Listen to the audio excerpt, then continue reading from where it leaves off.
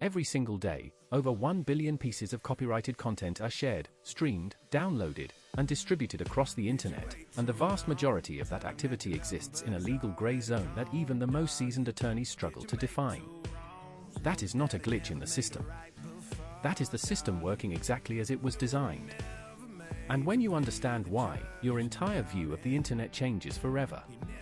In the next 10 minutes, you are going to discover how copyright law evolved from a simple printing privilege granted by kings into the most contentious legal battleground of the modern era.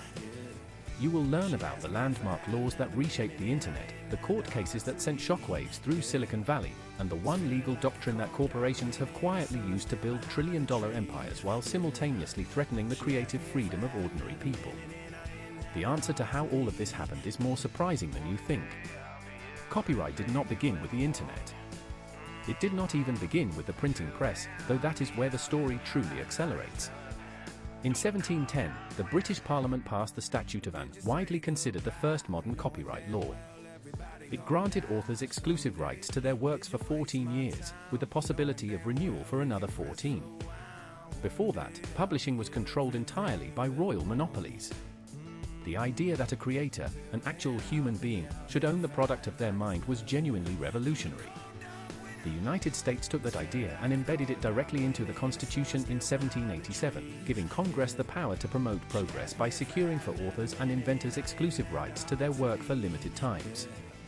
That phrase, limited times, would become one of the most legally disputed concepts in American history. For most of the 19th and early 20th centuries, copyright law evolved slowly. Terms were extended. Protections were broadened. By 1976, the United States overhauled its entire copyright framework with the Copyright Act of that year, establishing the foundation that still governs content today. Under that law, copyright protection was extended to the life of the author plus 50 years. Works created for hire were protected for 75 years from publication. This was already a dramatic expansion from the 14-year terms of the Statute of Anne. But nobody had any idea what was coming next. The internet arrived, and copyright law was completely unprepared. In the early 1990s, files could suddenly be copied and distributed at zero marginal cost. A song that once required a physical medium to share could now be duplicated perfectly and instantly, sent to millions of people without losing a single bit of quality. The entertainment industry watched this happen and panicked. In 1998, Congress responded with two pieces of legislation that would define the digital copyright era entirely. The first was the Sonny Bono Copyright Term Extension Act, which extended copyright protection to life of the author plus 70 years, and for corporate works, 95 years from publication. Critics immediately called it the Mickey Mouse Protection Act because it conveniently prevented early Disney characters from entering the public domain. Legal scholar Lawrence Lessig challenged this extension all the way to the Supreme Court in Eldred v. Ashcroft in 2003, arguing it violated the constitutional requirement of limited times.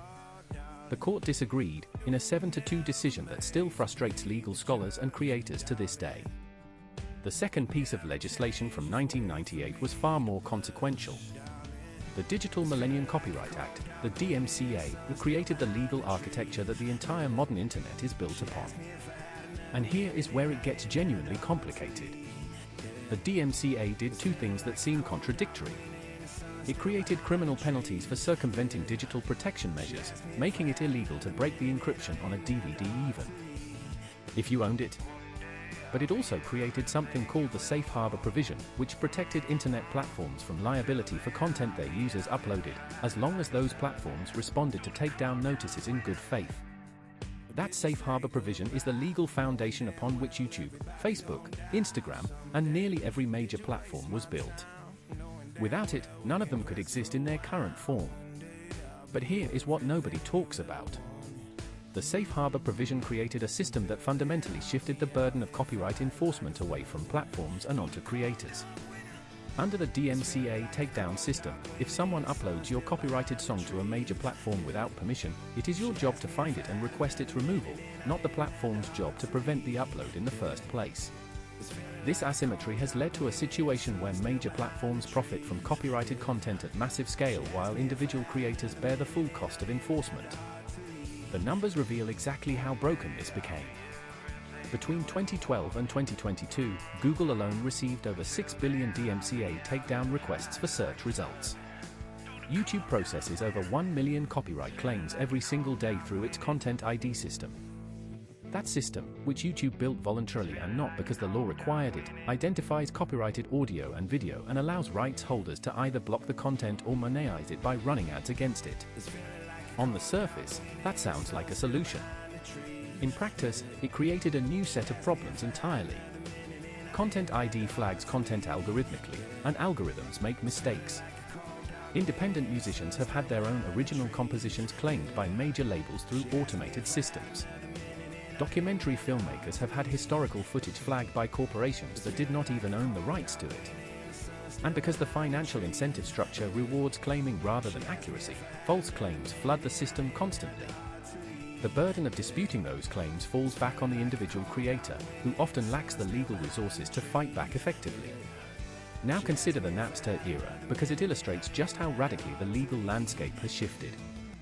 In 2001, the Ninth Circuit Court of Appeals ruled that Napster, the peer-to-peer file sharing service, was liable for contributory and vicarious copyright infringement. Napster knew its users were sharing copyrighted music. It had the ability to control that activity. And it financially benefited from the infringement because the infringing content was the entire draw of the platform. The court ordered it shut down. But the principles established in that case, knowledge, control, and financial benefit, became the three pillars that courts have wrestled with ever since when applying safe harbor to modern platforms. The Viacom versus YouTube case, which ran from 2007 to 2014, tested those pillars against the largest video platform in the world. Viacom sued Google and YouTube for $1 billion, claiming they had direct knowledge of infringing content on their platform and did nothing about it.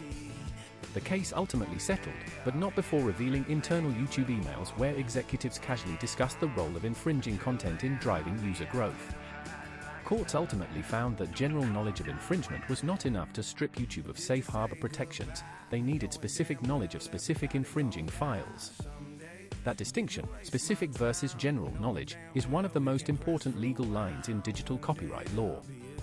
The most recent evolution of this story came in 2019, when the European Union passed its controversial copyright directive, specifically Article 17, formerly known as Article 13. It required platforms to proactively filter uploaded content for copyright violations rather than simply responding to takedown notices. Critics called it an upload filter mandate and warned it would effectively break the open internet.